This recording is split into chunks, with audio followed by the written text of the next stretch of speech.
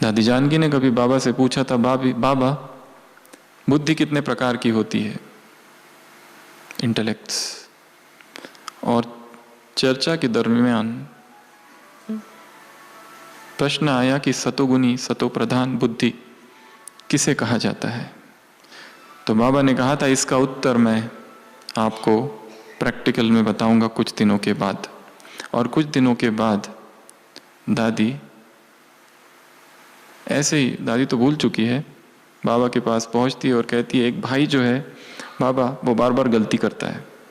एक भाई है, उससे कुछ ना कुछ गलतियां होती रहती है, उसको कई बार समझाया पर वो सुधरता ही नहीं। बाबा ने कहा बस यही है सतो प्रधान बुद्धि, अर्थात जो ना दूसरों के दोष देखे ना ही उनका वर्णन करे।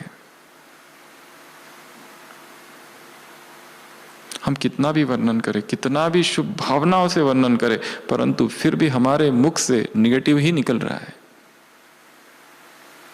हाँ, वो दूसरी बात है, यदि हम कोई निमित्त है वो अलग, परंतु अन्यथा ये व्यर्थ चर्चा की ओर हमें ले जाएगा। उसके प्रति करुणा, रहम,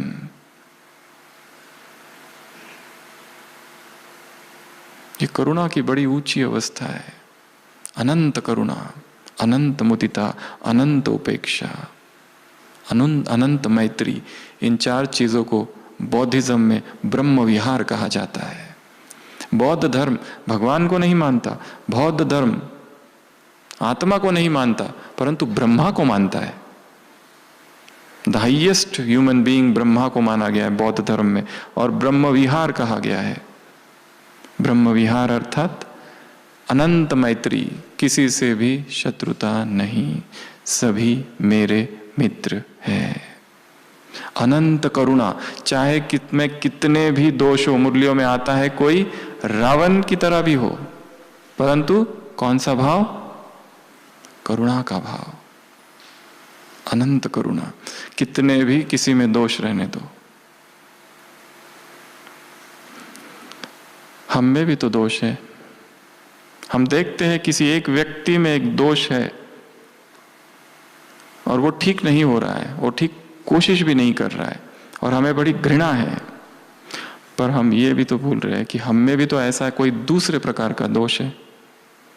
हम भी कितने सालों से उस संस्कार पर काम कर रहे हैं, पर वो मेरा भी तो ठीक नहीं हो रहा है। हमें किसने अधिकार दिया है उसके दोषों की चर्चा करने का? जज not and E shall not be judged, Bible में वाक्य है, तुम जज नहीं करो किसी को भी, क्योंकि डायरेक्टर बैठा है, उसे संपूर्ण ड्रामा पता है। हमारा ट्यूब्यूलर विजन है, बस हम इतना ही देख पा रहे हैं जो सामने दिख रहा है, बस।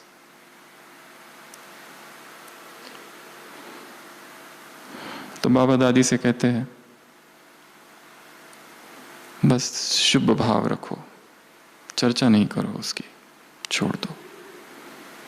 तो इस मार्ग में सबसे पहला नियम, किसी के लिए भी वेट नहीं करना है, किसी का भी इंतजार नहीं करना है, आगे बढ़ते चलो। अकेले हो जाने की यात्रा है ये यात्रा है अकेले की तरफ, flight of the alone to the alone. हम सोचे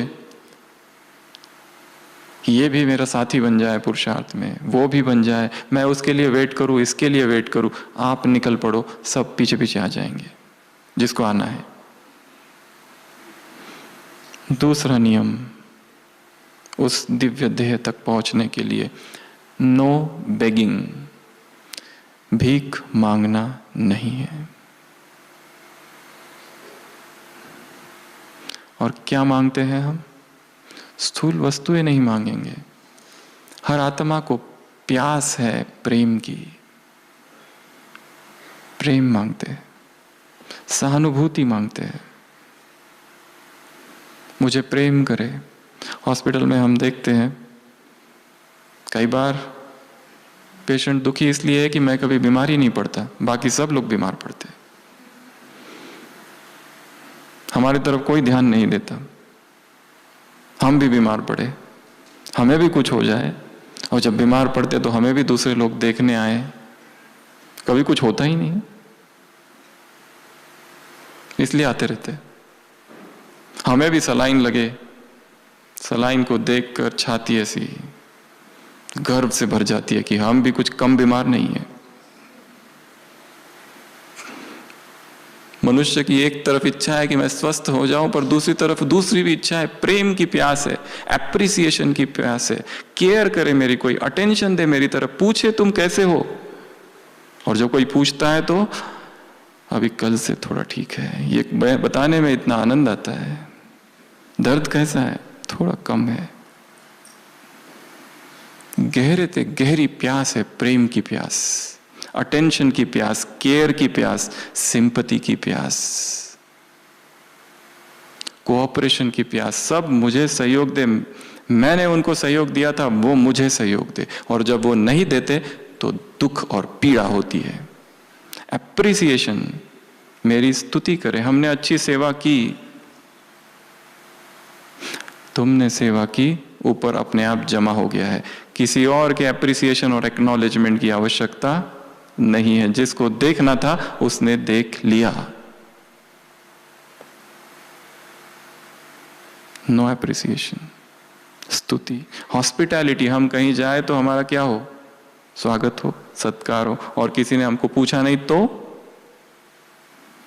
दुखी हो जाते हैं, सूक्ष्म में दुखी हो जाते हैं। वस्तु वस्तुएं